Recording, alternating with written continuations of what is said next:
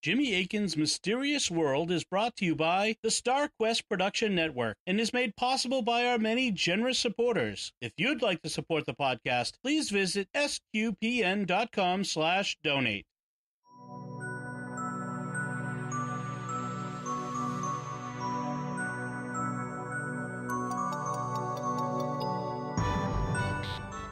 You're listening to Episode 5 of Jimmy Akin's Mysterious World, where we look at mysteries both supernatural and natural, anything that's strange, odd, and makes you wonder, the claims and counterclaims from the perspectives of both faith and reason.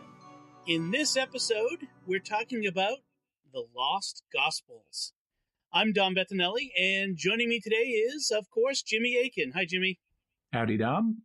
So, Jimmy, what are the Lost Gospels? Of course, we know the four Gospels, so most of us should know Matthew, Mark, Luke, and John. But what? How can there be lost Gospels or more Gospels?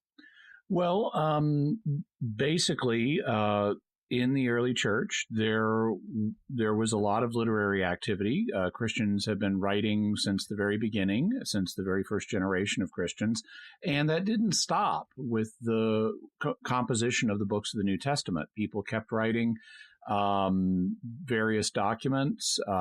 We know many of them as the writings of the church fathers, and they don't make any pretense of modeling themselves, most of them, after the books of the New Testament, but some of them do. There are some works that in various ways try to fill out what we find in the canonical Gospels or even replace the canonical Gospels. And most of these were lost during the course of history. Some of them are still lost, but some have been rediscovered, particularly in the 20th century or the 19th and the 20th centuries. And so we hear various people today saying that, well, the four canonical Gospels are just a few of the Gospels that were circulating in the early church.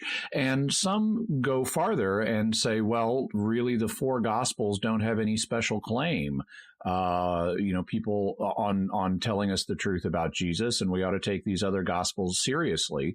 And various, people naturally have an interest in the exotic and the strange and the hidden. It's part of natural human curiosity. It's part of the reason for this podcast. But some people are attracted to these non-canonical Gospels and want to put more emphasis on them than the canonical ones. And so that's what we're talking about today. So just to be clear, because some folks might wonder, are these part of the Dead Sea Scrolls that we often hear about, or is it something else, some other? It's other things. The Dead Sea Scrolls, even though a lot of people have the idea that there were lost Gospels found in the Dead Sea Scrolls, that's really not the case. The Dead Sea Scrolls were written, most scholars think, by a Jewish sect called the Essenes, and they really don't have. We really don't have Christian writings among the Dead Sea Scrolls. There are some commonalities of ideas between the Essene community and the Christian community because they both grew out of Judaism from the same period, so they're going to have some common ideas. But we just don't have Christian writings at the Dead Sea. We'll make that. Maybe we should do an episode on the Dead Sea Scrolls. That would put that on our list. It's already on the list. Oh, yeah. Awesome. But the Dead Sea Scroll writings we can tell by radiocarbon dating, they were written like up to 200 years before the time of Christ, and they were all deposited in caves by the Jewish war that climaxed in 70 AD. So even though they overlap a little bit with the New Testament period, it's a different group of people. So what we have here are books, scrolls or books that we've had from the beginning that have been around in various libraries, or some have been around that we knew about, and some are newly discovered. Yeah, a particular discovery was made in 1945 in Egypt at a place called Nag Hammadi, and that was an incident. That was a discovery where we found a bunch of Gnostic writings, including some Gnostic Gospels. Others have been around down through history. For example, the infancy Gospel of James, also known as the Proto-Evangelium of James. We've had that all the way down through history, and it's actually played a notable role in Christian art. Because if you ever see Saint Joseph depicted as being an old man compared to Mary, that is based on claims that are made in the infancy Gospel of James. Okay, so I don't want to jump too far ahead, but a couple of questions are asked. Do these have? So, what is the counter? So let's just go with it step by step. What's the counterclaim against the claim that these are lost gospels that should have an equal claim on our attention and belong in the Bible? The counterclaim, and this is not controversial among scholars of all perspectives, whether they're Christian or Jewish or atheist, all pretty much agree that the 4 canonical Gospels are the only ones that we have that contain substantially reliable material about Jesus's life. And these other documents, however interesting and informative they may be about what some later Christians thought, they don't contain substantial traditions that accurately describe the life and teachings of Jesus. So is it true that we could have 2 different kinds of documents here? So we could have stuff that's purely fiction, that's just made up wholesale to advance someone's ideas that aren't part of the Christian doctrine. Mm-hmm. But others could have some truth in them, but aren't inspired. Do I have that right? Yeah, the scholars don't immediately dismiss something just because it's not in the canonical Gospels. If it has a serious claim to being an accurate tradition that, as judged by various criteria, then scholars will take it seriously. There's a collection of sayings attributed to Jesus that are known as the agrapha. That comes from Greek roots that means not written. So these are the sayings of Jesus that are not written in the canonical Gospels. And one of them, people will actually know. They may not realize it's an agrapha, but they've probably heard it all their lives, and it is taken very seriously by scholars, even though it's not in the canonical Gospels. It's Jesus is saying that it is better to give than to receive. That's actually not in the canonical Gospels. That's attributed to Jesus by St. Paul as recorded in the book of Acts. So it is in the New Testament, but it is an agraphon because it's not written in the canonical Gospels. And there are other agrapha that scholars take seriously as well, that we have quoted in the writings of the Church Fathers and so forth. Unfortunately, most of the sayings that are attributed, basically all of the sayings that are attributed to Jesus in these later so-called Gospels are so late, and many of them reflect a clearly different agenda that they're not taken seriously by scholars. They don't have credible claims of going back to Jesus himself. One thing you mentioned, in terms of people writing stuff as fiction, we kind of need to make a distinction there between things that were consciously written as fiction and other things that were meant to be taken seriously. Because you have 2 groups of people writing stuff, knowing that it's not found in the Gospels and they're not just preserving traditions. Christians of the 1st century and 2nd century were as interested in fiction as we are. If you go to a Christian bookstore, you're going to find like historical novels about St. Paul or Abraham or whoever it may be, where they're imagining what the life of this person would have been like beyond just what's found in the Bible. They're works of historical fiction. And we have that for about New Testament characters in writings of the early church. For example, there's a book called The Acts of Paul and Thecla, which is basically a novel about St. Paul. It's an example of early Christian fiction. But it wasn't meant to be taken as this all literally happened. Another one about Jesus is called The Infancy Gospel of Thomas. This is stories about Jesus's childhood, because people were naturally curious. The Gospels don't tell us a lot about Jesus's childhood.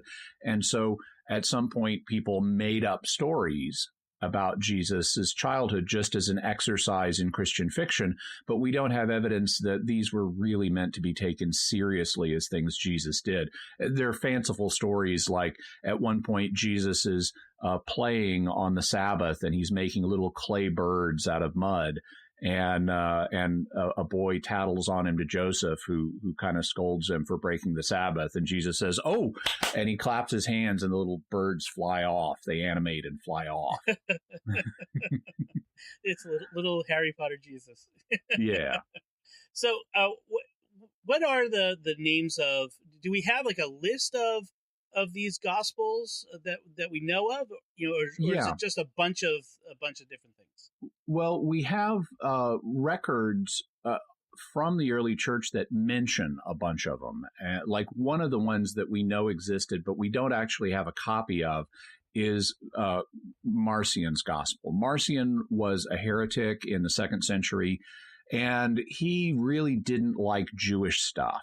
And so he produced essentially an expurgated edition of the New Testament where he tried to cut out all the Jewish stuff. And so he only included St. Paul's epistles, and he de-Judaized those.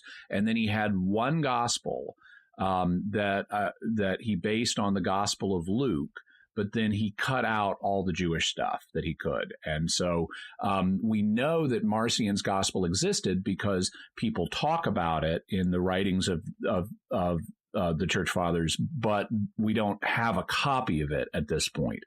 Others we do. I mentioned the Infancy Gospel of Thomas and the Infancy Gospel of James. We have both of those. There are others like the Gospel of Philip, which is kind of sort of an anthology of sayings of Jesus. And we have a few dozen works of this nature. It's interesting, though, modern scholars will call them Gospels kind of for lack of a better term, because many of these don't really fit the same genre as the canonical Gospels, which are biographies. It's really clear that in the ancient world, a biography was called a life, or a bios in Greek. And it's really clear that the 4 canonical authors are writing bioi, or biographies of Jesus. But these other works, most of them don't fit that model. They'll either be collections of sayings. There's one gospel that's nothing but sayings. It's called the Gospel of Thomas, and it's just a list of 114 different things that Jesus allegedly said, and there's no narrative at all. There's no story. It's just sayings. Others, even though they may have some story to them, they're not telling us the whole story of Jesus's life. They're just zeroing in on like what happened when he was a boy, or what was Joseph's life like before early on, or what was Mary's life like early on, or what did Jesus say to the disciples in that brief little window between the resurrection and the ascension. And you'll have like alleged speeches that he gave during that tiny little window. But for most of these writings, there's not an attempt to tell the full story of Jesus. So let's get into the examination of these claims, and starting with, say, from the perspective of reason. What would reason tell us about the claims of these lost Gospels? Well, the first thing, and this is not controversial among scholars, the first thing is that these are all later than the 4 canonical Gospels. The 4 canonical Gospels were written in the 1st century. Common dates among scholars these days for the 4 Gospels would put them between the year AD 60 and about AD 90. I personally go with a group of scholars that date them a little earlier. I put the Gospels in the AD 50s and AD 60s. But everybody agrees these are 1st century documents. The so-called lost Gospels, or non-canonical Gospels, are all from the 2nd to the 4th century, or even later than that. But many were written between the 2nd and the 4th century. There's really only one, the Gospel of Thomas, that any scholars have really argued belongs in the 1st century. But even for the Gospel of Thomas, most scholars have concluded it's really a 2nd century work because it looks like it's based on the 4 canonical Gospels. And is the Gospel of Thomas sometimes called the Gnostic Gospel? I think I've heard that. Of Thomas? Yeah. Although the degree to which it's Gnostic is disputed. For people who may not be aware, the Gnostics were a group of heretics that flourished from like the 2nd to the 4th century. And you sometimes hear them described as believing salvation comes through knowledge, because the Greek word for knowledge, one of the Greek words for knowledge, is gnosis. And they're Gnostics, so obviously they think knowledge is important. But everybody thinks you need knowledge for salvation. I mean, we call the knowledge you need the gospel. Right. So it's not just that they thought that knowledge is important. They had a particular set of things they claimed to know, which included the idea that the world was made by a kind of inferior deity they called the demiurge or the craftsman, and that consequently the world we live in is intrinsically broken and evil. It's not the good world that Genesis says God made. It's intrinsically broken and evil, and there's this huge heavenly hierarchy of different celestial beings, and Jesus is among the lowest of those. And you can return to the celestial kingdom if you're lucky, if you're a Gnostic and have a spark of the divine in your soul that will enable you to return. So the Gnostic Gospel of Thomas, or the Gospel of Thomas, is actually, it's early enough. It's not as clearly Gnostic as some of the later Gnostic works are. Okay. And then some of these are modern forgeries, right? Yes. We've seen them in the news recently, the Gospel of Jesus' Wife. Right. There's 2 in particular that are modern forgeries that have become well known. One of them, as you mentioned, is called the Gospel of Jesus' Wife. This is actually a teeny little scrap of paper that happens to mention Jesus using the phrase "my wife" on it. That's why it's called the Gospel of Jesus' Wife. And it's been debunked. We know we actually know who the forger was, and so that one's been exposed. And we'll have a link in the show notes if you want to read a fascinating story about how that was shown to be a forgery. Another that is that actually made something of a splash in the scholarly community for a few decades is called the Secret Gospel of Mark. And allegedly, this is the story, a New Testament scholar named Morton Smith found in a monastery a book from like the 1700s that had a Greek transcription of a letter from the 2nd century author Clement of Alexandria. And in this letter, Clement describes an edition of the Gospel of Mark that's different than the one in public circulation, that has some additional material. In particular, it has a story about Jesus sitting up all night naked with a guy catechizing him. And it's got some kind of homoerotic overtones to it. It's not explicit about that, but it's pretty, most scholars have said, yeah, this looks homoerotic. And the thing is, nobody has ever seen this book that Morton Smith claimed to discover. And the 17th century. Right, exactly. Yeah. There are some alleged, photos of this, but the book has vanished, so it can't be tested. And nobody has ever heard of this secret gospel anywhere else in ancient literature. And Morton Smith is a homosexual. And this really fits the plot of a book that came out in the 1940s called The Mystery of Mar Saba, about the very monastery where Morton Smith claimed to find this.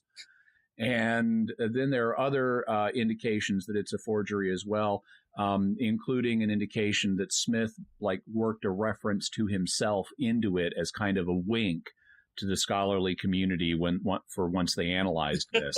And we'll have a link in the show notes to a fascinating book exposing the secret gospel of Mark as a forgery.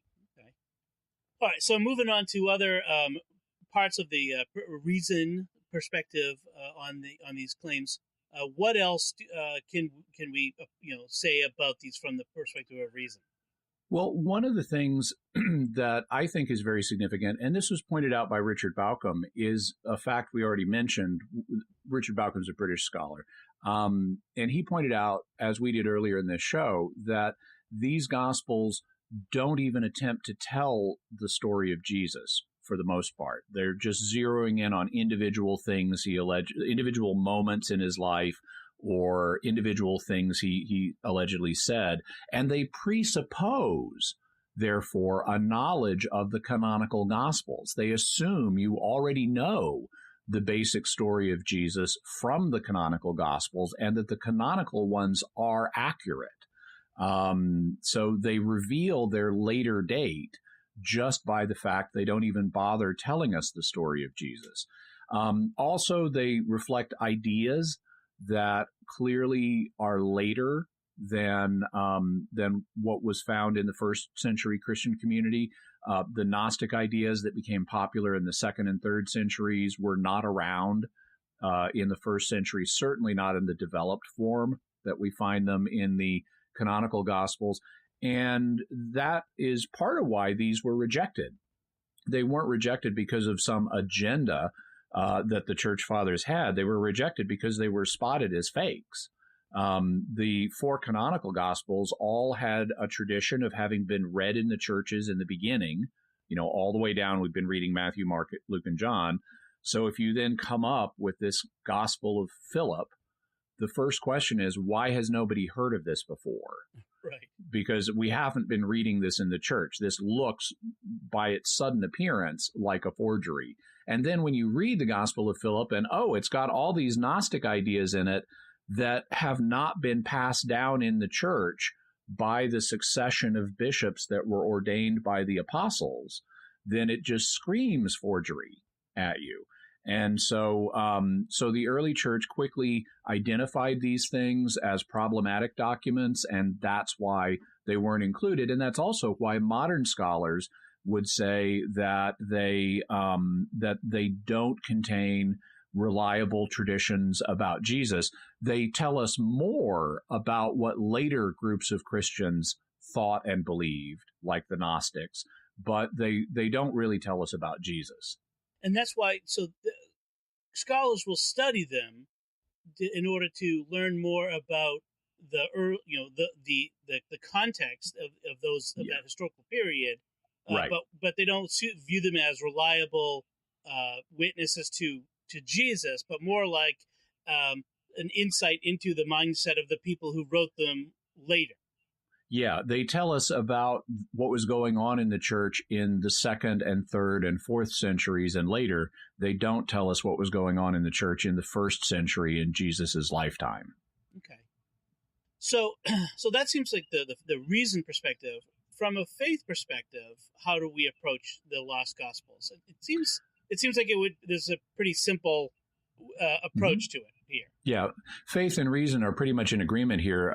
Faith would accentuate things a little more, but basically, from a faith perspective, we would say that the Holy Spirit guided the church into recognizing the correct Gospels that really do tell us about Jesus, and the Holy Spirit protected the church from adopting later false Gospels that were forgeries.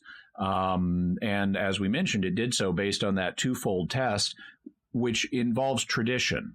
Is there a tradition of these being read in the churches from the beginning? And do they agree with the doctrinal tradition that has been handed down through the church? So the church used tradition to help determine the canon of Scripture. So that the written word that we've been handed down in the Bible, its reliability is based on the oral teaching that had been kind of handed down from the apostles when Jesus commissioned them. Yeah, as well as eyewitness testimony as found in the Gospels, because even though Mark and Luke were not themselves eyewitnesses, they both based their accounts on eyewitness testimony. And there's actually a fascinating book about the role of eyewitness testimony in the Gospels, again, by that British scholar I mentioned, Richard Bauckham. It's called Jesus and the Eyewitnesses, and it's an outstanding book. It's just been released in a new edition with 3 additional chapters, and it's awesome. I'm going to make a note to include that in the show notes as well. Jesus and the Eyewitnesses. By Richard Bauckham? Richard Bauckham, yeah. Also in the show notes, I've got a link to a book by Darrell Bock, who's an evangelical scholar, called The Missing Gospels, that goes into all of this in more detail. So what's the bottom line, Jimmy, on all of this? The bottom line is that the apocryphal Gospels are useful for learning about the different movements that produced them later on in church history, but they're really not useful apart from maybe a single little thing here or there. They're like potential agrapha. They're really not useful for learning about Jesus. Okay. Great. And then, like I said, we've got some further resources. It'll be in the show notes at sqpn.com. So check those out. Links to some books and some articles and that sort of thing. So, Jimmy, this is our 5th episode, and people have been responding. We're so grateful for the great response that people have had to Mysterious World. People loving it, and we hope you keep sharing it on social media and other places and let people know.